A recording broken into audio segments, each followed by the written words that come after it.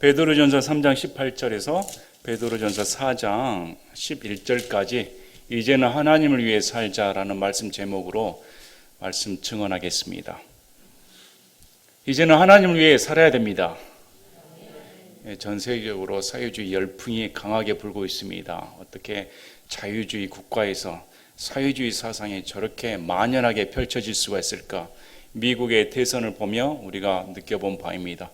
미국 같은 자유민주주의 국가에서 사회주의를 선호하는 그런 세력들이 저렇게 거세게 또 언론을 등에 업고 저럴 수가 있을까 하는 생각이 들 정도입니다. 모든 언론이 사회주의에 휩쓸려 있습니다. 이런 사상이 단순히 정치적인 사상이 아닙니다. 성경에 태어난 대로 사회주의나 전체주의, 공산주의는 무신론입니다. 우리는 창조를 본 적이 없습니다. 인류 역사 6천년 가운데 여러분 하나님께서 온 우주 만물을 창조하는 순간을 보신 적이 있으십니까? 본 적이 없습니다. 진화를 주장하는 사람들은 자신들의 주장대로 수십만 년 전, 몇백만 년 전 진화되는 과정을 자신들이 지켜본 적이 있습니까? 없습니다. 두 종류 다 본 적이 없습니다. 그래서 둘 다 신앙이란 겁니다. 창조를 믿는 것도 신앙이고 진화를 주장하는 사람도 신앙입니다. 이 세상에 신앙을 가지지 않는 사람은 단 한 사람도 없는 겁니다. 내가 무엇을 믿냐? 우리는 창조를 믿습니다. 진화를 주장하는 그런 유물론을 주장하는 사회주의 사상은 기독교 사상과 배치된다는 겁니다. 우리 예수님께서 분명히 말씀하셨습니다. 도적이 온 것은 도적질하고 멸망시키러 왔다는 겁니다. 공산주의는 도적들입니다. 영혼을 갈취하며 사람의 혼을 속이는 도적들이죠. 예수님 믿는 사람이 그거 하나 구분하지 못한다는 것은 예수 믿을 자격이 없는 겁니다.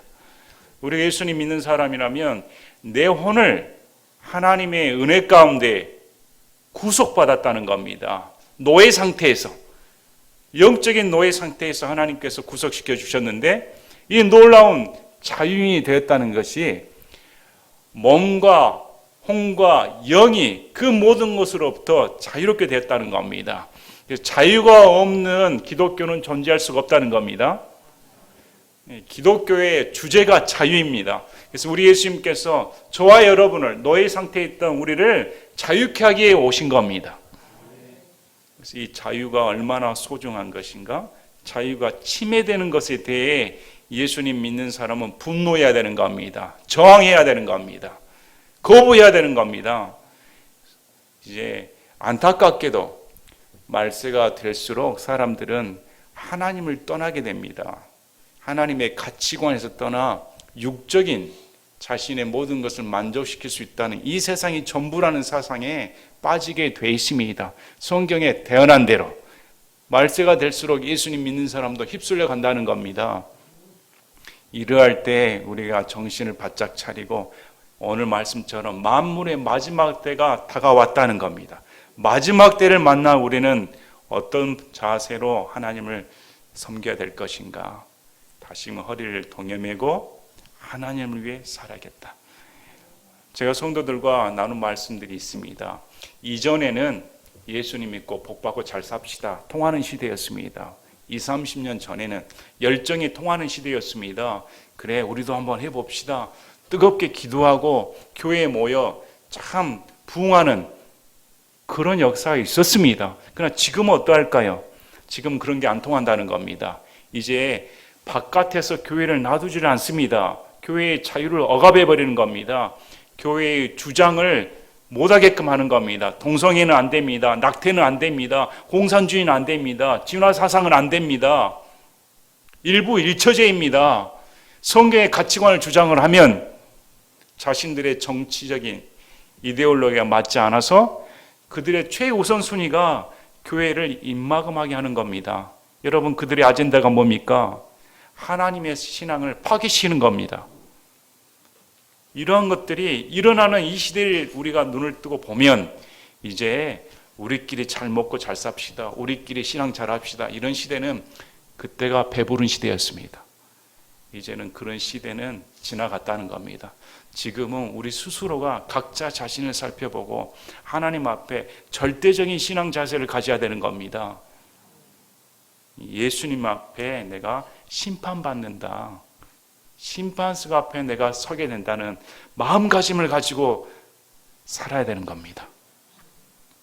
그래서 오늘 본문 말씀을 다시 묵상해 보시면서 특히 이제 베드로는 노아 시대와 비교를 해줍니다. 노아 시대는 이러했으며 노아가 어떤 지경에서 구원을 받았는가, 노아의 견딤은 어땠는가. 노아 시대에 비유하며 우리도 마찬가지라는 겁니다. 노아 시대처럼 만연한 세상적인 가치관이 휩쓸 때 노아는 견뎌냈습니다. 우리의 믿음의 조상인 노아처럼 우리도 끝까지 견뎌야 된다는 겁니다. 반드시 하나님은 심판하심으로. 그래서 이것을 베드로가 우리에게 설교해 준 겁니다. 특히 베드로 시대에는 우리처럼 이렇게 편하게 예수님을 믿을 수 있는 환경이 아니었습니다. 핍박당하였습니다. 이단 취급 당하였습니다. 집에서 내쫓김을 당하였습니다. 심하면 죽임을 당하였습니다. 이런 자들에게 베드로가 공고하는 말은 이제 하나님이 심판하신다는 겁니다. 하나님의 심판이 남아있으므로 이 세상의 모진 고난, 핍박, 이 모든 것은 견뎌내라는 겁니다. 그래서 예수님 믿는 사람은 이것이 운명이란 겁니다. 우리가 예수님 믿는 순간 핍박, 고난, 이것은 저주가 아니라 당연히 받아야 할 것입니다. 이상히 여겨서는 안 되는 겁니다. 예수님 믿었다고 병이 안 걸린 줄 아십니까? 예수님 믿었다고 해서 가난하지 않을 수가 있습니까? 예수님 믿는다고 해서 인생이 파탄나지 않습니까? 이런 모든 것들은 세상 사람이 당하는 동일한 고난이 우리에게도 닥친다는 겁니다. 그러나 세상 사람이 당하는 고난은 자신들의 주인이 없으니까 자신이 원하는 대로 뜻을 정합니다. 그러나 예수님 믿는 사람은 어떠한 역경 가운데서도 내 주인이 하나님이시니까 하나님의 뜻에 맡길 수가 있다는 겁니다. 그럼 하나님께서 우리를 멸망시키는 목적이 아니고 우리 자녀가 고난 가운데서 견디어내며 하나님의 자녀답게, 하나님의 일꾼답게 예수님 믿는 사람으로서 성장하기를 기대하신다는 겁니다. 그러므로 내가 병에 걸렸다, 내가 고난 가운데 있다, 이런 환경 가운데 빠져 있으면 이를 통해 하나님께서 나를 통해 어떤 영광을 받을 것인가, 나는 이 자세를 통해 어떻게 신앙을 바로 잡을 것인가, 다시금 오히려 신앙을 잡는 좋은 기회가 됐다는 겁니다. 그러므로 다시 본문 말씀을 통해 저와 여러분이 힘을 얻는 그런 시간이 되셨으면 합니다. 특별히 여기에는 이제 교리가 접목되어 있습니다. 지옥 교리가 있습니다. 영에 대한 교리가 나옵니다. 다소 어렵게 느껴질 수도 있지만 분명히 성경에서 제시함으로 우리가 짚고 넘어가야 됩니다. 자, 그리스도께서도 죄들로 인하여 한 번 고난을 받으사 의로운 자로서 불의한 자를 대신하셨으니 이것은 그분께서 육체 안에서 죽임을 당하셨으되, 앞장에서 예수님 믿는 사람은 선한 양심을 가지고 선한 행위로 입증하라는 겁니다. 너희가 잘 행함으로 고난을 받는 것이 하나님의 뜻일진데, 잘 행함으로 고난을 받는 것이 하나님께서 원하는 바라는 겁니다. 특히 우리 예수님께서 잘 행하셨습니다. 우리는 아무리 잘 행해도 죄 덩어리입니다. 죄밖에 생산해내지 못합니다. 이 세상에서 죄 없이 사신 분은 유일하신 예수님밖에 없으십니다. 죄를 안 지으시고 죄가 없으신 그 예수님조차 고난을 당하셨다는 겁니다. 죄들로 인하여 한 번 고난을 받으사 의로운 자로서 불의한 자를 대신하셨다. 우리 예수님은 한 번 고난 받으셨습니다. 반복되어 고난을 받으신 것이 아닙니다. 히브리서 10장 10절 말씀처럼 우리 예수님께서 단 한 번 영원히 들이셨다. 단 한 번 영원히 자신의 몸을 완전한 헌물로 들이셨다는 겁니다. 번복될 수가 없습니다. 의로운 자로서 불의한 자를 대신하셨다. 그래서 예수님께서 육체 안에 죽으심으로 말미암아 우리가, 불의한 우리가 예수님의 대속죄로 인하여, 대신 속죄의 구원의 은혜로 인하여 구원받는 놀라운 은혜 가운데 동참하게 되었습니다. 성령으로 말미암아 살아나셔서 우리를 하나님께로 데려가려 하심이라. 우리 예수님께서 죽으신 것은 육체적인 죽임을 당하시고 성령님의 능력으로 부활하셔서 그 모든 것이 우리를 하나님께로 데려가기 위한 것입니다. 우리는 하나님부터 떨어진 자였습니다. 아담의 범죄로 말미암아 하나님을 잃어버렸던 자였습니다. 하나님을 없이 살았습니다. 하나님 존전 앞에 나설 수가 없었습니다. 그러나 예수님의 십자가 부활 사건으로 말미암아 우리가 예수님을 믿는 순간 하나님 왕자 우편에 예수님 옆에 같이 앉힌 바 되었다는 겁니다. 이미 호적이 옮겨져 버렸습니다. 이제 예수님께서 오시면 우리가 부활하든지 휴거받든지 그분 존전 앞에 분명히 서게 되는 날이 온다고 성경은 말씀하십니다. 왜? 그 목적으로 예수님께서 우리를 위해 대신 죽으셨다. 대속죄의 은혜를 베풀어 주셨다는 겁니다. 그래서 우리 이 예수님 믿는 것이 얼마나 큰 은혜인가. 그날 다가오네. 우리 그날 다가옵니다. 우리 예수님 앞에서는 그날이 반드시 우리 앞에 임합니다. 그분께서 또한 성령으로 말미암아 감옥에 있는 영들에게 가사 선포하셨는데 이 영들은 노아의 날들의 방주를 예비하는 동안 곧 하나님께서 한 번 오래 참고 기다리실 때 불순종하던 자들이라. 방주 안에서 물로 말미암아 구원받은 자가 몇 안 되니 곧 8혼이라. 지금 베드로가 뜬금없이 왜 노아 시대의 얘기를 꺼낼까요? 항상 말세를 만난 성도들에게 노아 시대와 비유를 합니다. 노아는 그런 어려운 환경 가운데서도 믿음을 통해 구원을 받았다. 노아의 믿음을 본받으라는 겁니다. 그러면서 대조적으로 심판받은 영들이 있었다는 겁니다. 여기 보면 자세히 문구를 보셔야 됩니다. 성령으로 말미암아 감옥에 있는 영들에게 가사. 여기 감옥에 있는 영들로 나옵니다. 우리 예수님께서 언제 그러면 감옥에 있는 영들에게 가셨습니까?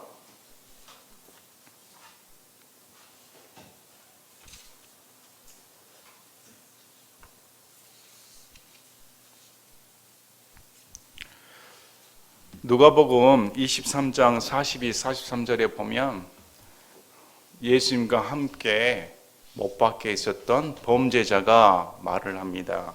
예수님께 이르되 주여 주께서 주의 왕국으로 들어오실 때 나를 기억하옵소서 하며 예수님께서 그에게 이르시되 진실로 내가 내게 이르노니 오늘 내가 나와 함께 낙원에 있으리라 하시니라. 분명히 예수님께서는 범죄자에게 오늘 내가 나와 함께 낙원에 있겠다. 오늘입니다. 그러면 예수님은 죽으셨습니다. 예수님은 죽으시고 낙원에 있으신다는데 그러면 그 낙원이 어디가 있습니까? 땅 밑에 지옥에 있다는 겁니다. 이것이 쉽게 믿어지지 않는 모양입니다. 분명히 성경에서는 예수님께서 죽으시고 묻히신 바 되었다가 지옥에 내려가셨다. 이렇게 기록되어 있습니다. 그 말씀 어디 있을까요? 시편 16편 말씀과 사도행전 2장 말씀입니다. 시편 16편 10절 말씀을 사도행전 2장에서 이렇게 사도 베드로가 오순절 설교 때 다윗의 시편 말씀을 인용하여 설교를 합니다. 사도행전 2장 23절 24절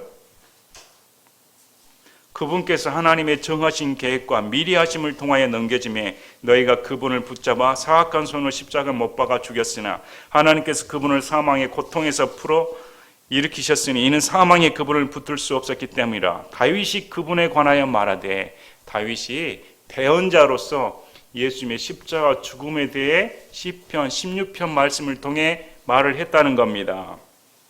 27절 사도행전 2장 27절에 이는 주께서 내 혼을 지옥에 남겨두지 아니하시고 주의 거룩한 자가 썩음을 보지 아니하게 하실 것이기 때문이다. 지금 다윗은 대언자로서 예수님께서 지옥에 계시는데 그 혼이 썩지 아니함을 본다는 겁니다. 29절에 사람들아 형제들아 내가 족장 다윗에 대하여 거리낌 없이 너에게 말하노니 그는 죽어서 묻혔고 그의 돌무덤은 이날까지 우리와 함께 있도다. 다윗 본인이 아니라는 겁니다. 다윗은 죽어서 이미 묻혀 있었다는 겁니다. 30절에 그런즉 그는 대언자이므로 하나님께서 이미 자기에게 서약으로 맹세하사 육체를 따라 자기 허리의 열매에서 그리스도를 일으켜서 자기 왕자에 앉히실 것을 알았고 대언자이니까 자신의 씨에서 대언자가 태어날 예수님이 태어날 걸 알았다는 겁니다. 그래서 그 예수님에 대해 대언하는 시편이 16편 말씀인데, 또 이것을 미리 보았다 이렇게 나옵니다. 31절에 또 이것을 미리 보았으므로 그리스도의 부활에 대하여 말하기를 그의 혼이 지옥에 남겨지지 아니하였고 그의 육체도 썩음을 보지 아니하였느냐 했느니라. 이 예수님을 하나님께서 일으키셨으며 우리는 다 그 일의 증인이로다. 그럼 예수님이 어디에 계셨다는 겁니까?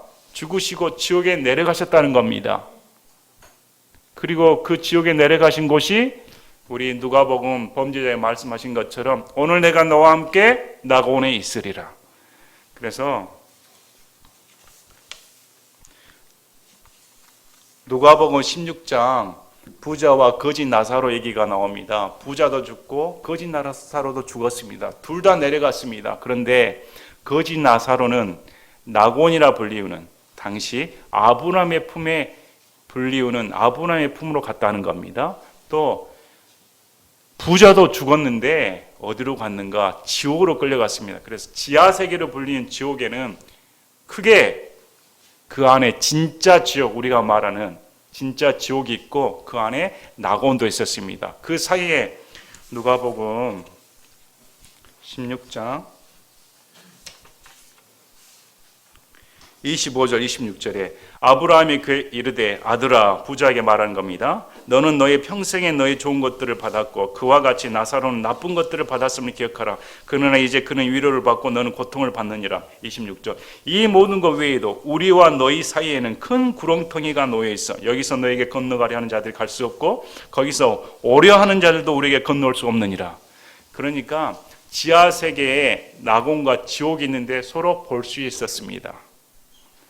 그런데 가고 싶어도 건너갈 수가 없는 게 큰 구렁텅이가 사이에 있었다는 겁니다.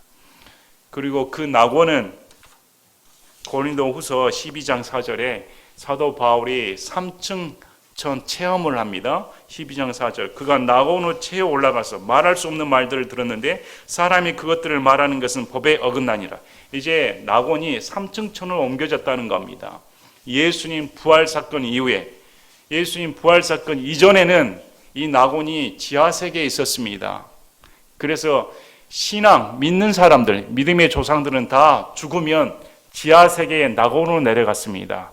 그러나 예수님 부활 사건 이후에 사도 바울이 체험한 것처럼 이제 그 낙원이 3층 천으로 옮겨졌다는 겁니다. 낙원의 이치가. 그러면 여기서 예수님은 어디로 내려가셨습니까? 낙원으로 내려가신 겁니다. 좁은 의미의 부자가 고통받는 지옥이 아니라 넓은 의미의 낙원, 곧 지하세계에 있었던 낙원으로 내려가셨다고 말씀을 합니다. 자,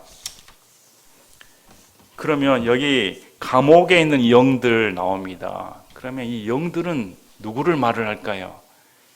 여기서 보시면 뒤에 노아에게는 이렇게 말을 합니다. 방주 안에서 물로 말미암아 구원받은 자가 몇 안 되니 곧 8혼이라.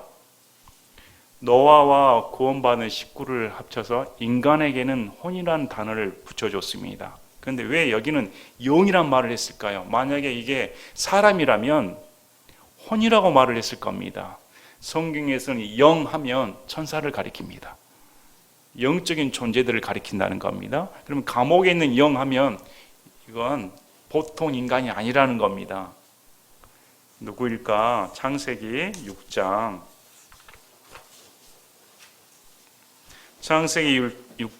1절부터 13절까지는 하나님의 아들의 반역 사건에 대해 다룹니다.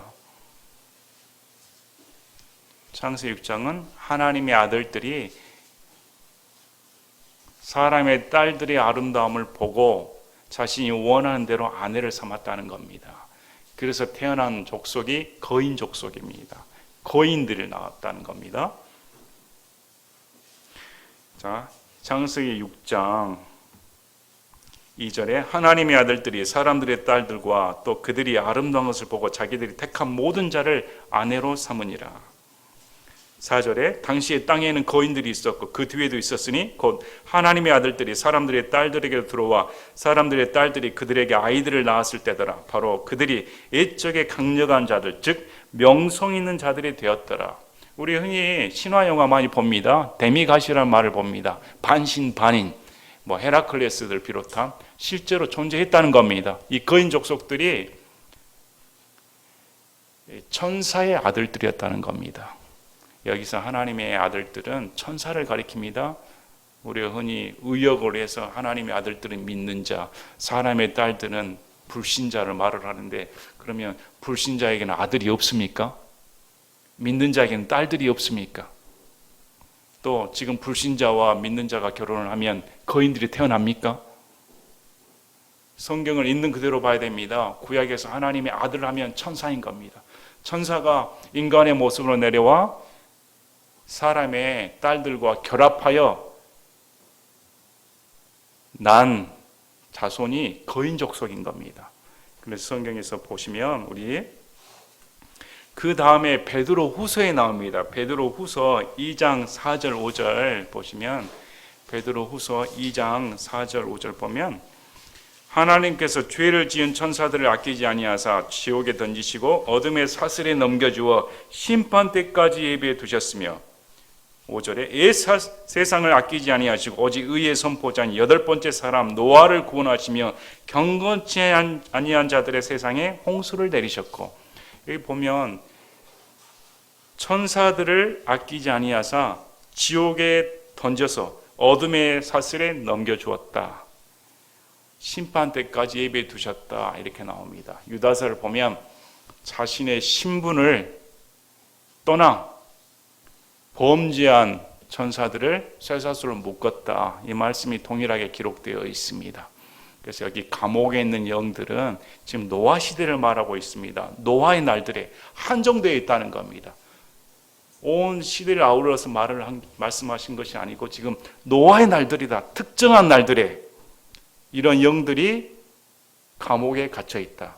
그러면 우리가 성경을 쭉 살펴보면 이 영들은 노아의 시대에 타락한 천사들이다. 이렇게 보는 견해가 합당하고, 또 어떤 분들은 타락한 천사하고 사람의 딸과 결합하여 난 거인들이다. 이렇게 보는 견해도 있습니다. 하지만 말씀의 문맥을 보면 분명히 여기는 영들로 말을 하고 노아와 그 사람들은 혼으로 말을 하고 있으므로 여기는 인간이 아닌 감옥에 갇힌 타락한 천사다. 이렇게 보는 견해가 합당합니다. 그러면 말씀을 선포하셨다 했는데 이 선포는 복음을 믿으라고 선포한 말씀이 아닙니다. 여러분, 노아의 날들을 한번 생각해 보시길 바랍니다. 노아의 날들에 왜 마귀가 이런 일을 벌였을까요? 창세기에 우리 예수님께서 선포하시면서 여자의 씨가 마귀를 멸한다는 우리가 말씀하는 복음의 말씀을 전해 주셨습니다. 그러면 이 마귀는 어떤 생각을 품을까요? 당연히 여자의 씨를 멸할 생각을 갖는 겁니다. 여자들을 취해서 자신들의 마귀 씨를 뿌려버리는 겁니다. 그래서 인간의 씨를 말살시키고자 노아의 날들에 그런 일이 벌어졌다는 겁니다. 천사가 내려와 타락하여 인간의 딸들과 결합하여 자신의 종족을 번식시켜버린 겁니다. 그래서 하나님께서는 여자의 씨를 보존하시고자 의인 노아를 택해서 보존시켜 주신 겁니다. 그럼 우리 예수님은 이제 여자의 후손으로 오셨습니다. 여자의 씨로 말미암아 나오셨습니다. 그러면 그 당시 계획했던 이 타락한 천사들의 계획은 수포로 돌아간 겁니다. 근데 감옥에 갇혀 있으니까 모르겠죠. 우리 예수님께서 감옥에 있는 이 타락한 영들에게 선포하셨다. 뭘 선포하셨을까? 성경에 기록되지 않았습니다. 내가 바로 하나님께서 말씀하신 대로 여자의 씨로 말미암아 태어났고 십자가에서 구약에 태어나신 말씀처럼 인류의 죄악을 위해 죽었고 그 말씀처럼 내가 지금 지옥에 내려와 있다. 여기는 이 영들에게 복음을 믿어서 구원시키는 말씀이 아닙니다. 어디 어떤 종교에서 예수님이 그 연옥에 들어가 죽어서도 복음을 영접할 수 있다는 그런 말씀이 아닙니다. 노아의 날들에 한정되어 있다는 겁니다. 노아의 날들에 이러한 범죄한 천사들에게 예수님께서 선포하셨다. 예수님이 바로 말씀하셨다. 이렇게 말씀합니다. 자, 이 영들은 노아의 날들에 방주를 예비하는 동안 곧 하나님께서 한 번 오래 참고 기다리실 때 불순종하던 자들이라. 한 번 오래 참고 불순종한 자다. 예수님께서는 우리 창세기 말씀을 보시면 우리 하나님께서 120년 기한을 주셨습니다. 120년 동안 기다리셨습니다. 그리고 방주를 노아가 약 100여 년간 짓습니다. 노아는 어떻게 100여 년 동안 방주를 예비할 수가 있었을까? 우리 히브리서 11장 7절에 믿음으로 노아는 아직 보지 못한 일들에 대해 하나님으로부터 경고를 받고 두려움으로 움직여 방주를 예비함으로 자기 집을 구원하였으니 그것으로 말미암아 그는 세상을 정죄하고 믿음으로 말미암는 의의 상속자가 되었느니라. 보지 못하는 일에 경고를 받고 두려움을 가지며 방주를 예비했다. 무려 100년 이상을. 지금 사도 베드로가 이 말씀을 주는 이유는 우리는 몇 년 동안 참을 수 있을까요? 우리는 몇 년 동안 기다릴 수가 있습니까? 우리 주위 세상을 얼마나 악랄하고 포악할까요? 노아 시대에 비교할 수가 있을까요? 노아 시대는 더 악랄했습니다. 다 먹고 마시고 장가가게 바빴습니다. 거기에 비하면 우리는 복음을 들을 수가 있습니다. 얼마나 복음을 접하기 쉽습니까? 이런 좋은 환경 가운데 노아와 비교했을 때 노아는 얼마나 외로웠을까요? 자신은 보지 못하였습니다. 빗방울을 구경한 적도 없습니다. 그런데 어떻게 홍수에 대한 경고를 받고 그렇게 방주를 예비할 수가 있을까? 한번 편지를 읽고 있는 당시 성도들에게 생각해 보라는 겁니다. 그래서 이 말씀을 드리면 우리도 생각해 보아야 되는 겁니다. 과연 우리는 얼마나 오랫동안 참고 기다릴 수가 있을까? 과연 노아처럼 반드시 하나님이 심판하신다. 그런 믿음을 가지고 있을까? 방주 안에서 물로 말미암아 구원받은 자가 몇 안 되니 곧 8혼이라. 구원받은 사람이 고작 8명이었다는 겁니다. 모두가 구원받을 수가 없습니다. 모두가 천국 갈 수가 없습니다. 믿음으로 예비한 사람만이 들어갈 수가 있는 겁니다. 그래서 베드로가 믿음으로 예비한 사람만이 들어갈 수가 있다.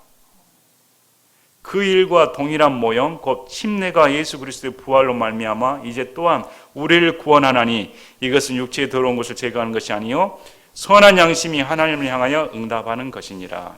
여기 보니까 동일한 모형 침례가 나옵니다. 노아 시대에는 물심판이었습니다. 다 물에 잠겨 싹 죽었습니다. 그리고 방주 안에 들어간 8홀만 구원받았습니다. 그런데 이 사건이 동일한 모형이 침례라는 겁니다. 그러므로 세례는 통할 수가 없습니다. 물 뿌리는 것은 있을 수가 없는 일입니다. 우리 예수님 앞에 섰을 때 분명히 예수님께서 말씀하실 겁니다. 나는 세례라는 말을 준 적이 없다. 그런 명령을 내린 적이 없으시다는 겁니다. 성경의 명령은 침례입니다. 잠겨야 된다는 겁니다. 잠기고 죽어 다시 일으킴을 받았다. 그래서 이런 동일한 모형이 침례라는 겁니다. 이 침례가 예수 그리스도의 부활로 말미암아 이제 또한 우리를 구원하느니 침례 자체가 마치 이 말씀을 보면 침례 자체가 우리를 구원해 주는가 이렇게 착각할 수가 있는데 가로쳐진 말씀을 보시길 바랍니다. 이것은 육체의 더러운 것을 제거하는 것이 아니요 선한 양심이 하나님을 향하여 응답하는 것이니라. 침례 자체가 육체의 더러움을 제거할 수가 없습니다. 육체의 더러움을 제거하는 것은 오직 예수님의 피뿐입니다. 구원받는 것은 침례를 100번 받든 1000번 받든 아무 의미가 없습니다. 구원받는 것은 단번에 대속의 은혜를 받는 겁니다.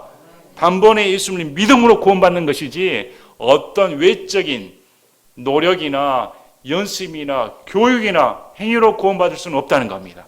그럼 왜 이 침례를 줄까요? 선한 양심이 반응을 하는 겁니다. 나는 예수님과 함께 물속에 죽었던 수많은 사람들처럼 심판받아 죽었던 그런 자였습니다. 동일하게 심판을 받아 죽어 마땅한 자였습니다. 그런데 성령으로 말미암아 물속에 죽었던 나를 하나님께서 일으켜 주셨다는 겁니다. 구원받았다는 겁니다. 그래서 이런 동일한 모형을 우리가 믿는다는 겁니다. 여러분, 예수님과 함께 죽으심을 믿으십니까? 그리고 예수님과 함께 죽으심으로부터 부활했다는 것을 믿으십니까? 이 믿음이 선한 양심에 따라 우리를 구원한다는 겁니다. 저는 침례교가 됐다는 것이 너무나 감사합니다. 이제까지 세례만 말을 듣고 있었는데 그것이 진리인 줄 알았습니다. 그러나 성경을 보고 킹제임스 성경을 보고 올바른 교리를 알고 이 침례 성도가 됐다는 것이 100번 하나 우리가 말씀을 보면서 지킬 수가 없습니다. 그러나 한 가지라도 예수님의 명령대로 물에 잠겼다가 일어나는 침례를 행하는 것이 하나님의 명령이다.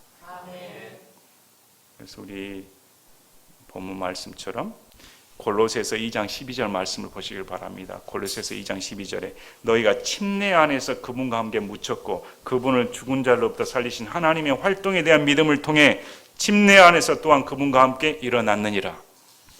침례 안에서 묻혀야 되는 겁니다. 또 침례 안에서 일으킴을 받았다는 겁니다. 그래서 물속에 잠기고 일으킴을 받는 침례만이 성경에서 인정하는 것입니다. 자, 22절에 그분께서는 하늘로 들어가서 하나님의 오른편에 계시며 천사들과 권위들과 권능들이 그분께 복종하느니라. 이렇게 고난받으시는 우리 예수님께서 죽음으로 끝나지 아니하시고 하나님 왕자 오른편에 앉아 계셔서 모든 위엄을 갖추시고 온 우주 만물을 다스리신다는 겁니다. 이제 4장 1절부터 12절까지는 이런 예수님을 믿는다면 이제 우리는 어떻게 살아야 될 것인가? 이렇게 사도 베드로가 말씀을 합니다. 그러므로 그리스도께서 우리를 위해 육체 안에서 고난을 당하셨은즉 그와 같이 너희도 같은 생각으로 무장하라. 육체 안에서 고난을 당한 자는 이미 죄를 그쳤나니 그런즉 그는 육체 안에서 남은 때를 더 이상 사람들의 정욕에 따라 살지 아니하고 오직 하나님의 뜻에 따라 살아야 하리라. 예수님께서 우리를 위해 육체 안에서 고난을 당하셨다면 우리는 어떤 생각을 가져야 되겠는가? 그 생각으로 무장하라는 겁니다. 군인처럼 생각이 무장이 돼 있어야 됩니다. 사람이 타락하는 것, 사람이 하나님을 배반하는 것은 생각이 무너져 버리기 때문입니다. 우리가 예수님의 십자가와 부활을 떠난다면 그 순간 우리는 타락해 버립니다. 성경에서는 무장하라는 겁니다. 우리의 모든 영역이 십자가와 부활, 예수님의 고난받는 그 모든 것에 대해 무장되어 있어야 되는 겁니다. 특히 요즘 같은 시대에 성도들이 정신무장이 되어 있지 아니하면, 깨어있지 아니하면 다 휩쓸려 가버립니다. 다 벌벌 떨어버린다는 겁니다. 여러분은 강한 용사처럼 무장되어 있으십니까? 과연 예수님의 고난에 동참하는 군인으로서 무장되어 있으십니까? 더 이상 죄 가운데 살아서는 안 된다고 말씀합니다. 육체 안에서 고난을 당한 자는 이미 죄를 그쳤다. 죄를 지어서는 안 된다는 겁니다.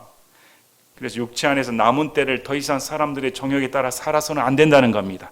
하나님의 뜻에 따라 살아야 된다. 그 목적으로 예수님께서 우리를 위해 고난을 당하셔 죽으셨으니까 이제 더 이상 저와 여러분은 죄 가운데 노닥거릴 시간이 없다는 겁니다. 우리가 세욕과 정욕과 과음과 환락과 연애와 가증한 우상숭배에서 걸어 이방인들이 하고자 하는 바를 행한 것이 우리 삶에 지나간 때로 우리에게 족하도다. 지나간 때 다 이방인처럼 우리 멋대로 세욕, 정욕, 탐욕, 연애에 따라서 그렇게 살지 않았는가? 그걸로 충분하다는 겁니다. 나는 아직 안 살아봤는데 여러분 그렇게 생각하십니까? 나는 그렇게 아직 안 살아봤는데 빨리 예수님 믿어서 이렇게 될 수가 있을까? 골로새서 1장 21절 22절에 한때는 너희가 사악한 행위들로 인해 멀리 떨어져 너희 생각 속에서 원수가 되었으나 이제는 그분께서 죽음을 통해 자기 육체의 몸으로 화해를 이루사 너희를 그분의 눈앞에서 거룩하고 흠없고 책망할 것이 없는 자로 드리려 하셨으니 에베소서 5장 8절에 너희가 한때는 어둠이었으나 이젠 주 안에서 빛이니 빛의 자녀들로서 걸으라. 예수님 믿기 전에는 내 행위가 어떻든지 간에 전부 다 어둠의 자식들이었습니다. 전부 다 그 마음 가운데 우상 숭배하던 자들이었다는 겁니다. 이제 그것으로 충분하다는 겁니다. 이제 예수님 믿었으면 더 이상 세상 사람들의 정욕을 따라서 살아서는 안 된다. 그치라는 겁니다. 이 점에서 그들이 너희가 자기들과 함께 다름질하여 그와 같은 극한 방탕에 이르지 아니함을 이상히 여기며 너희를 비방하나. 아마 여기 예수님 믿는 사람들 중에 믿기 전에 방탕한 친구들과 어울린 사람들이 있었을 겁니다. 아니, 예수님 믿은 적이 없으니까 그냥 세상 사람들과 똑같은 행동 방식으로 지냈던 사람들이 있었을 겁니다. 그런데 어느 날 이 사람이 예수님 믿어서 교제가 끊어지고 몸이 나가질 않습니다. 그랬더니 왜 저 사람이 저렇게 됐는가? 우리랑 놀지 않는가? 왜 우리랑 같이 어울려서 술도 안 마시고 방탕하지 않는가? 비방한다는 겁니다. 여러분, 그런 비방 당하신 적 있으십니까? 그런 부류가 아니라서 이제 저 사람이 완전히 예수님 믿더만 오히려 미친 사람이 되었다, 이렇게 비방받은 적이 있으십니까? 그렇게 사람들이 자신들과 같이 행동하지 않는, 하나님 뜻대로 살고자 하는 사람들을 보면 손가락질 한다는 겁니다. 그들은 산 자들과 죽은 자들을 심판할 준비가 되신 분에게 회개 보고를 하리라. 그 사람들은 심판하신 그분 앞에 섰을 때 내가 어떻게 살았는가 보고하게끔 되어 있다는 겁니다. 비난하는 자들은. 이런 까닭에 죽어있는 자들에게도 복음이 선포되었나니 이것은 그들이 육신 오는 사람들을 따라 심판을 받으나 영으로는 하나님을 따라 살게 하려 함이라. 자, 이 말씀을 보면 마치 죽어있는 자들에게 복음이 선포되었다. 어디서 말하는 천국과 지옥의 중간닥에 있는데 거기에 복음을 선포되어 믿을 수가 있는가, 이렇게 오해할 수가 있습니다. 그럼 문맥을 보시길 바랍니다. 문맥은 비방하는 자들은 하나님께 심판받는다는 겁니다. 또 비방을 받은, 하나님의 뜻대로 받은 사람도 하나님의 회개 보고를 하게끔 돼 있습니다. 그런데 구원받았다는 겁니다. 이런 까닭에 죽어있는 자들, 당시 예수님 믿고 죽은 자들입니다. 예수님 믿고 죽은 자들이 이런 까닭에 복음이 믿었던 사람들이 육신으로는 사람들 따라 심판을 받았습니다. 육신을 가지고 살았을 때는 인간들에게 심판을 받습니다. 저와 여러분도 마찬가지입니다. 그러나 영으로는 하나님을 따라 살게 하려 합니다. 이 영으로는 하나님을 따라 영원한 삶을 누리게 되었다는 겁니다. 예수님 믿어서. 그래서 이 구절을 연옥 교리로 만들어서는 안 됩니다. 분명히 성경에서는 히브리서 9장 27절 28절에 한 번 죽는 것은 사람들에게 정해진 것이요 그 뒤에는 심판이 있나니 이와 같이 그리스도께서도 많은 사람의 죄들을 담당하시려고 단 한 번 들여지셨으니. 한 번 죽는 것은 사람에게 정해진 것이요 그 뒤에는 반드시 심판이 있다. 죽어버리면 심판뿐이라는 겁니다. 죽음 후에 기회는 없습니다. 그래서 누가 말씀하신 것처럼 인생에 3번의 기회가 있습니다. 내가 예수님을 믿으려면 첫째, 누가 나에게 복음을 전해줘야 됩니다. 내가 죽기 전에.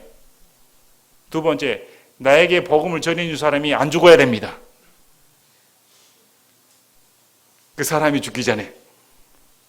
그리고 세 번째, 예수 모시기 전에. 내가 죽기 전에, 그 사람이 죽기 전에, 예수 모시기 전에. 참 일리가 있는 말씀입니다. 그리고 지금이 은혜 받을 때입니다. 지금이 이제 예수님을 위해 살아야 할 때입니다. 여러분, 지나간 때로 족하지 않습니까? 내 멋대로 살았다면 아유, 지나간 때가 족하다. 이제 예수님을 위해 한번 살아봐야겠다. 복음을 위해 살아봐야겠다. 이렇게 작정하셔야 된다는 겁니다.